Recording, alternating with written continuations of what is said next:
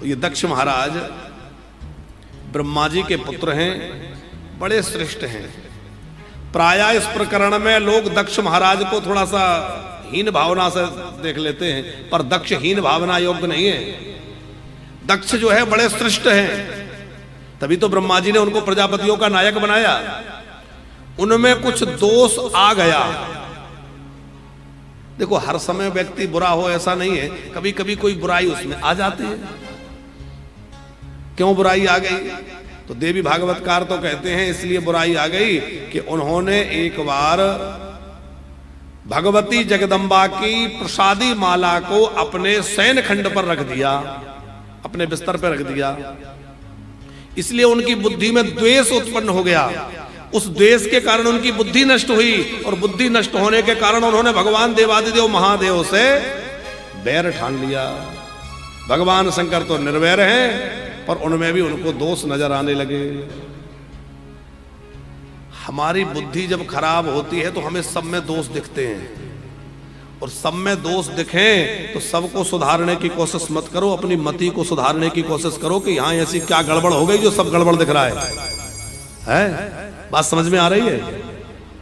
सब यदि गड़बड़ दिखने लगे तो दुनिया को सुधारने के पीछे मत भागो, इसको सुधारो। हमारे अंदर गड़बड़ हो गई जो सब गड़बड़ दिख रहा है। जब दक्ष महाराज तो बड़े कुशल हैं ना, दक्ष का अर्थ ही होता है कुशल। कोई किसी कार्य में बड़ा कुशल हो तो उसको कहते हैं तो भैया इस काम में बड़े दक्ष हैं। हमारे पुष्पेंद्र जी बेंजो बजाने में दक्ष हैं, और हमारे ये भैया गाने में दक्ष हैं। अभी आप देख रहे थे कैसे आलाप लगा रहे थे। तो कोई कार्य की कुशलता को क्या कहते हैं? दक्ष हैं, यही कहेंगे। तो उनका तो नाम ही दक्ष है। ब्रह्मा जी के पुत्र हैं, बड़े श्रेष्ठ हैं, इसीलिए प्रजापतियों के नायक बनाया। प्रजापति तो वो थे ही, प्रजापतियों का नायक इनको, माने प्रजापतियों का अधिपति इनको नियुक्त ब्रह्मा जी ने कर दिया। स्वागत सम्मान सभा हो रही थी, उसमें इन्होंने भगवान शंकर को देख करके, अरे ये सब उठ के खड़े हो रहे हैं, ये उठ के खड़ा नहीं हुआ। तो भोले बाबा खड़े नहीं हुए तो उनके प्रति द्वेष बुद्धि हो गई, और शिवजी में दोष दिखने लगे। तमाम अपशब्द भगवान महादेव के लिए दक्ष ने कहे। जब बुद्धि में अहंकार आता है तो हमें सब छोटे और दोष युक्त नजर आते हैं। एक कोई कह रहा था कि दूर से और गुरूर से जब कोई चीजें देखी जाएं तो छोटी दिखती हैं, बहुत दूर से और बहुत गुरूर से, गुरूर माने अहंकार, चीजें छोटी दिखने लगती है। एक और सूत्र याद रखिएगा, जब भी कोई व्यक्ति ऊपर की तरफ चढ़ता है तो झुक के चढ़ता है, जब भी कोई नीचे की ओर उतरता है तो थोड़ा सीधा हो जाता है। यदि आपको कोई अकड़े हुए सीधा दिख रहा है तो समझ लेना ये पतन की ओर जा रहा है। जब भी कोई विनम्रता से झुका हुआ दिखे तो समझ लो ये ऊपर की ओर जा रहा है, जीवन में ऊंचाई की ओर जा रहा है। भगवान महादेव तो देवादिदेव है, महादेव है, उनको तो आत्मा राम है। भगवान शंकर तो राम जी के चिंतन में निमग्न है। उन्हें क्या पता कौन आया कौन गया, लेकिन दक्ष ने उनसे विरोध ठान लिया। मन में सोचा ये मेरा दामाद है, खड़ा क्यों नहीं हुआ? तो तमाम अपशब्द भगवान शंकर के लिए कहने लगे। अयम ही लोकपाला नाम यशगनो निरपत्रपा सद्विराचार पद्ता येन स्तब्धेन दूषिता। इसने हम लोकपालों की कीर्ति को फीकी कर दिया। उस समय जब दक्ष ने बहुत भला बुरा कहा तो शिवजी के गणों से नहीं रहा गया। पहले तो शिवजी के गण सोच रहे थे कि भाई कोई बात नहीं, ससुर जी हैं, जो कह रहे हैं ठीक ही है। लेकिन जब बहुत ज्यादा अपशब्द कहने लगे तो नंदी जी से रहा नहीं गया, और नंदी जी ने खड़े होकर के कहा कि अरे आप क्या कह रहे हैं, भगवान महादेव के लिए कैसे कह रहे हैं आप, जरा सोच विचार के कहिए। भोले बाबा ने सारा किया, बैठ जाओ, ससुराल की गालियां हैं, ये सबको खानी पड़ती हैं, कोई बात नहीं है, ससुर जी हैं। भोले बाबा ने सारा किया, नंदी जी बैठ गए। पर दक्ष इतने पर भी नहीं रुका। दक्ष ने भगवान महादेव को श्राप दे डाला। अच्छा एक बात है, किसी को क्रोध आ रहा हो और सामने वाला हंसता रहे, उसको और ज्यादा क्रोध आता करे, इस पर तो कोई असर ही नहीं हो रहा। भोले बाबा तो अपनी मस्ती में थे। दक्ष को और अधिक क्रोध आया। उसने कहा कि अरे तुझे देवताओं के साथ भाग ना मिले, माने यज्ञ भाग तुझे ना मिले, तू देव नहीं है। हमारे महाप्रभु वल्लभाचार्य जी तो कह रहे हैं वास्तव में भगवान देव नहीं है, भगवान शंकर तो महादेव हैं। दक्ष कह रहा है इनमें कोई गुण नहीं है। बोले हाँ इनमें कोई गुण नहीं है, ये तो निर्गुण है। जोगी जटिल अकाम मन नगन मंगल। भगवान महादेव तो योगी हैं, जटिल हैं, जिनको जटिल माने जाना ना जा सके। जिसको शंकर जी को जल्दी जानना संभव नहीं है। जितना भोले दिखते हैं उतने भोले नहीं है। कैसे हैं? जटिल। जोगी जटिल अकाम मन, जिनके अंदर कोई कामना नहीं है। कामना यदि कोई है तो एक ही है, क्या? राम दरस की लालसा, भगवत दर्शन की लालसा बस मन में रहती है, और कोई लालसा महादेव में नहीं है। आगो ने यामान, आगो ने यामान, आगो ने यामान, मात पे तो ही ना। आगो ने यामान, मात पे तो ही ना। उदासीन सब सयक्षीना, उदासीन सब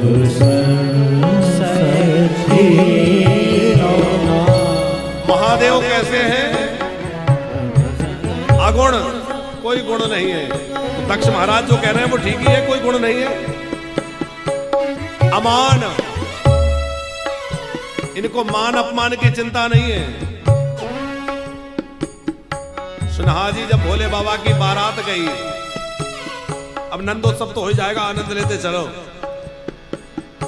जब भोले बाबा की बारात गई तो सासू जी थाली सजा के आरती करने आई, और महादेव के विकट रूप को देखकर थाली फेंक कर भागी। भोले बाबा लौटकर जनवा से पहुंच गए। लोगों ने कहा बाबा इतना बड़ा अपमान, बहुत बुरा हुआ। दरवाजे पे पहुंचते ही इतना बड़ा अपमान के थाली फेंक करके इस तरह भाग जाए। भोले बाबा बोले अपमान कब हुआ? मुझे तो पता ही नहीं। अरे आपकी सासू थाली फेंक के भाग गई। भोले बाबा बोले अच्छा ये अपमान था? हम समझ रहे थे कि इस देश की ऐसी रीति होगी कि दरवाजे पे दूल्हा आए तो थाली फेंक के भागो। अरे अलग अलग देशों में अलग अलग रीति होती है कि नहीं? हमें लगा कि यहाँ की ऐसी रीति रिवाज होगा। अरे बाबा आप तो बड़े भोले, आपने देखा नहीं उसने कैसे जलता हुआ दीपक फेंक दिया? कोई दीपक बुझाता है? भोले बाबा बोले शायद इसलिए बुझा दिया होगा, सोचा होगा इनके माथे पे तो चंद्रमा चमक रहा है, इनको क्या दीपक दिखाऊं। अरे वो जल का लोटा, बोले गंगा जी देख के डर गई, लोटा फेंक दिया। इसमें अपमान कैसा? भगवान शंकर को कोई अपमान की अनुभूति नहीं हुई। क्यों? आगो ने अमान, मात पे तो ही ना। आगो ने अमान, मात पे तो ही ना। अमान, इनको कोई मान अपमान की चिंता नहीं है। आप भोले बाबा का पूजन कर रहे हैं तो भी प्रसन्न है, और ना करो तो भी भोले बाबा प्रसन्न है। हमारी पूजा की शंकर जी को कोई कामना अपेक्षा थोड़ी है। अरे पूजा करने से हम लोगों का कल्याण होगा, हमारे दोष कटेंगे, हमारे दुख कटेंगे, हमारे अशुभ नष्ट होंगे, तो भला हमारा है, भोले बाबा का कोई भला नहीं है। ये मत सोचो कि हमने शंकर जी को दूध चढ़ा दिया, जल चढ़ा दिया तो बड़ा उपकार कर दिया है। लोग पूजा करने जाते तो लगता है एहसान कर रहे हैं। अच्छा बताओ शंकर जी पे एहसान हो रहा है कि हमारे ऊपर शंकर जी का एहसान हो रहा है? महादेव को इन सब की कोई कामना नहीं है। पर हां जो करता है उसके लिए भगवान को इतना करे तो इतना ज्यादा देते हैं। क्या कहना है? मातो पे तो ही ना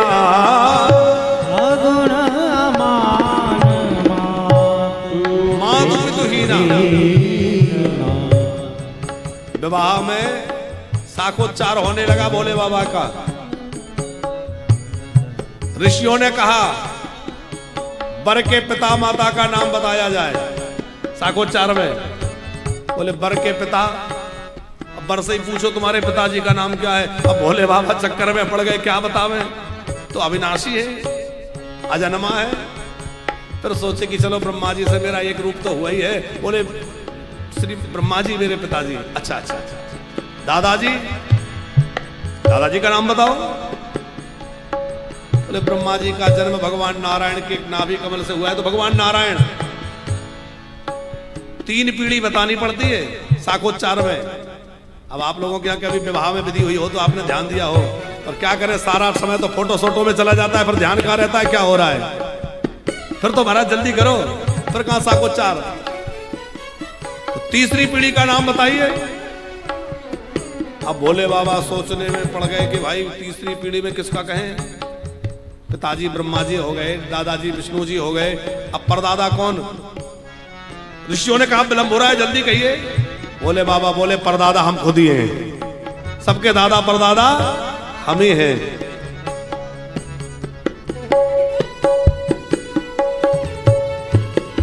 आगो ने अमर मात पे तो ही ना, आगो ने अमर मात पे तो ही ना, आगो ने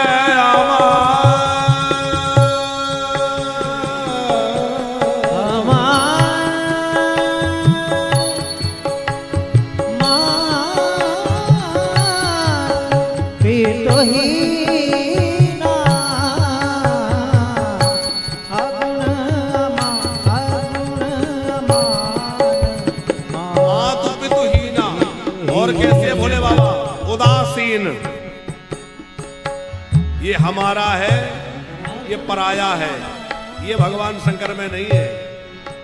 ये मेरा है, ये पराया है, ये भाव नहीं है। भगवान शंकर के लिए सब एक जैसे हैं। जितना प्रेम वह महात्माओं से करते हैं उतना ही प्रेम भूत प्रेतों से भी करते हैं। एक बात आज आपको और बता दें, भगवान शंकर के साथ जो भूत प्रेत रहते हैं वो वाले भूत प्रेत नहीं है जो मरने के बाद अधोगति प्राप्त करने के बाद बनते हैं। तिवारी जी, जो अधोगति को प्राप्त करने के बाद भूत बनते हैं वो शंकर जी के गण नहीं है। तो जो बड़े बड़े तपस्वी मनस्वी योगी हैं वही भगवान शंकर के साथ उनके गण बन करके और विविध भेष बनाकर भूत प्रेतों के रूप में रहने वाले हैं। ये भगवान शंकर के गण जो है वो अधमगति वाले नहीं है, नरक भोगने वाले। ये बात शिव महापुराण में प्रमाणित है। भगवान शंकर तो उदासीन है, सबके लिए एक जैसा भाव है। चाहे सर्प हो तो उसको भी हार बना लेते हैं। महादेव तो महादेव।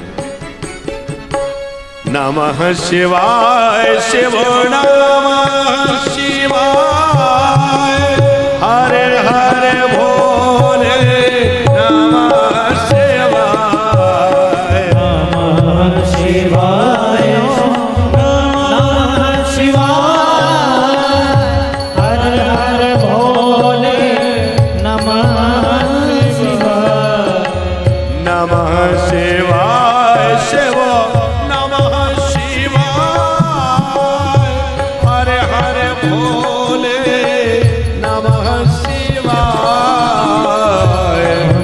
शिवाय, शिव नमः शिवाय, हरे हरे भोले नमः शिवाय। ओम नमः शिवाय, शिव नमः शिवाय, हरे हरे भोले नमः शिवाय। ओम नमः शिवाय, ओम नमः